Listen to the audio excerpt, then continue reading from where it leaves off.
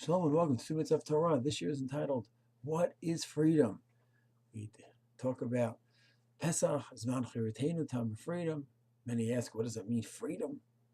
We leave the slavery of Egypt and we become Avadim to Hashem, slaves to Hashem, so to speak, where we have to get up, go to sleep, make brachot, follow laws 24/7, 613 mitzvot. It's all encompassing. Are we free? So it all depends on how we define freedom.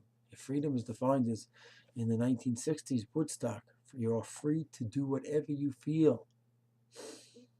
Any desire you have, any impulse, you can act on it. Then Torah is not offering freedom, certainly not of that sort.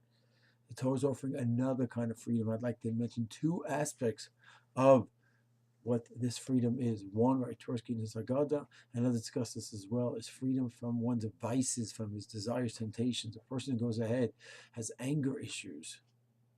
And when he deals with people in business, at home, in shul, in the community, his anger is in control of him. When certain times his anger is in control of him, he's not free. A person's certain lusts, temptations, desires, he just cannot control them. He's not free.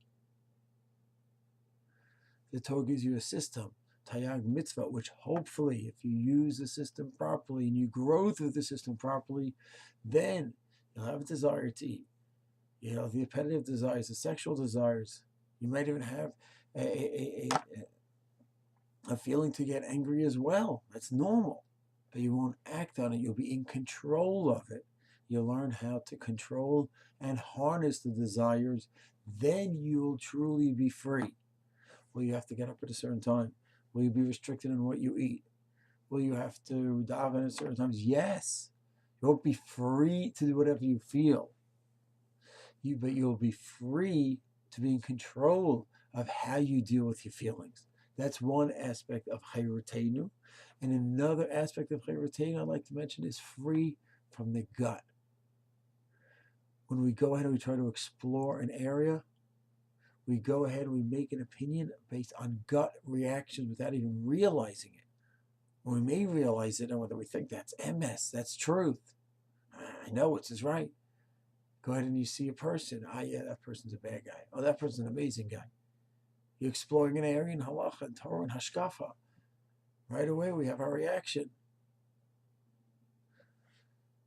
Certain halachic issues that come up.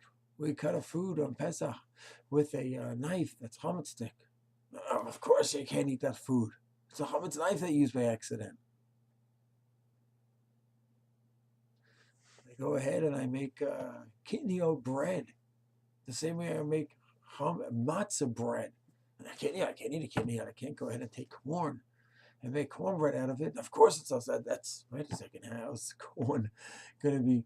If I make corn matzah, can that be more stringent than wheat matzah? It's an interesting question. Gut reactions have no place over here. A person could go ahead and have a gut reaction and say, "Ooh, that's my gut reaction to this halacha, to this question, to this shaila.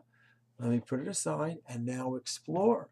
And maybe it will come out like my gut reaction. Maybe it won't.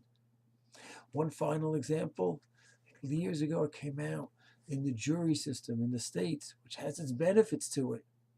It came out that very often the opening remarks by the lawyer, especially a top lawyer, will help the people formulate then and there in the opening day their conclusions on whether this person is guilty or not.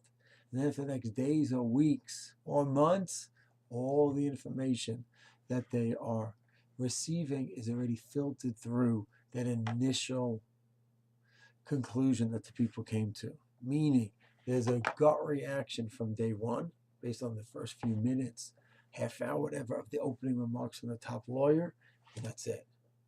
The person's guilty. And all the information that comes in, it doesn't make a difference anymore.